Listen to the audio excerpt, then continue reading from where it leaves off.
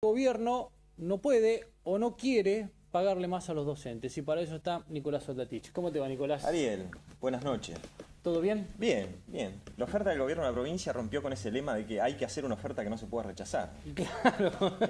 Esta fue justamente rechazable de una base, oferta ¿no? para ser rechazada. ¿Se puede explicar si es que tiene una aplicación este tema de los docentes? Es todos los comienzos de año, ¿no? O sea... Sí, este tema de los docentes en realidad es un tema que tiene que ver con la educación en sí.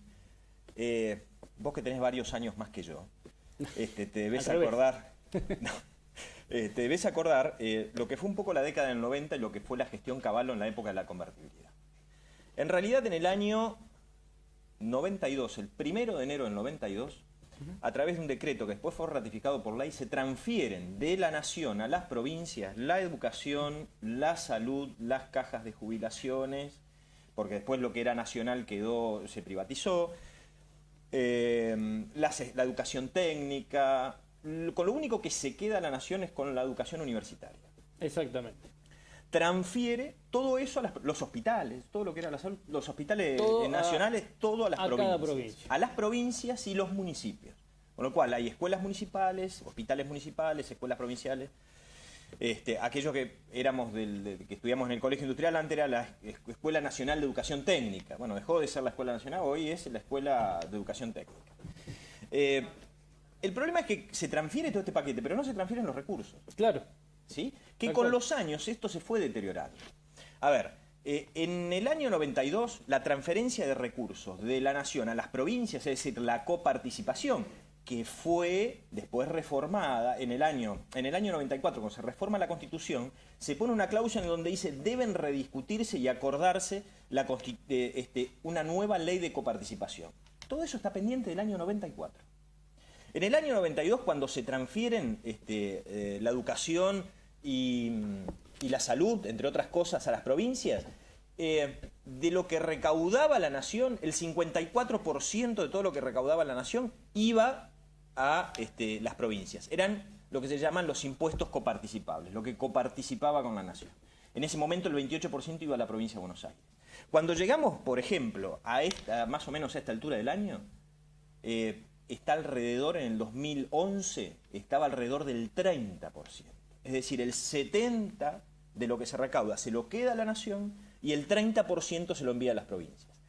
Con la ley federal aumentó la cantidad de matrículas que hay, porque también se les transfirieron las escuelas privadas. Es decir, los subsidios que se pagan por escuelas privadas también los tienen que pagar las privadas que tienen una subvención. Aumentó la matriculación después de que se hizo obligatoria la secundaria. Aumentaron, por supuesto, la demanda de maestros y profesores. Bueno, pero esa demanda, no aumentaron los recursos para atender esa demanda. La asignación universal por hijo incrementó el tema de los alumnos, con los cuales hubo escuelas que tuvieron que agregar un aula más y con eso más docentes también. Entre otras cosas. Hasta el año 98, digamos, eso fue la década del 90.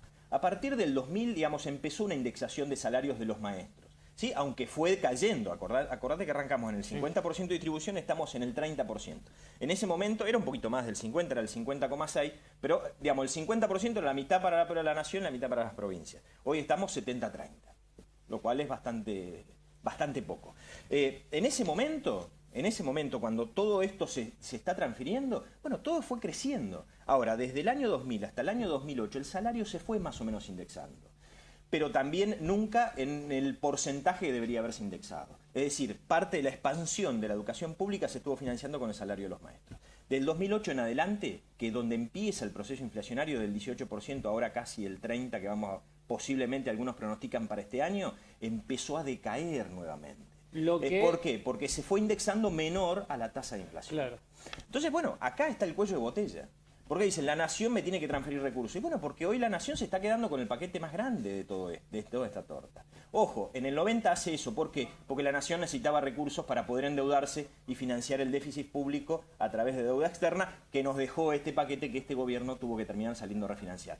Este es un entramado, un entretejido y un laberinto muy difícil de salir si es que no se discute de una vez por todas lo que es la ley de coparticipación federal. Entonces, ¿podemos decir que la provincia no está en condiciones de pagar por encima de este 17,8%? No, por supuesto que no.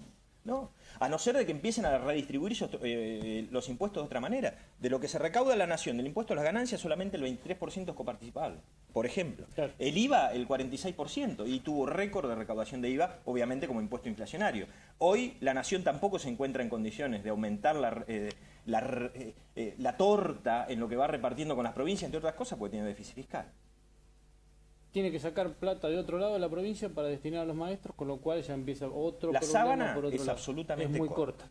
La sábana es absolutamente corta. Si no hay asistencia de las provincias, de la nación a las provincias, hoy estas 17 provincias que están en problemas no van a tener una solución en el corto plazo. La más castigada es la provincia de Buenos Aires por la gran cantidad de docentes que tiene, la gran cantidad de sueldos que tiene que pagar. En lo que significa en coparticipación, la provincia de Buenos Aires por cápita recibe 900 pesos por habitante, en función de la cantidad de habitantes. Y, por ejemplo, no sé, Catamarca son 5.301 pesos. ¿Recibe más Catamarca que Buenos Aires? Sí, por supuesto. Bien. Córdoba, 1.895.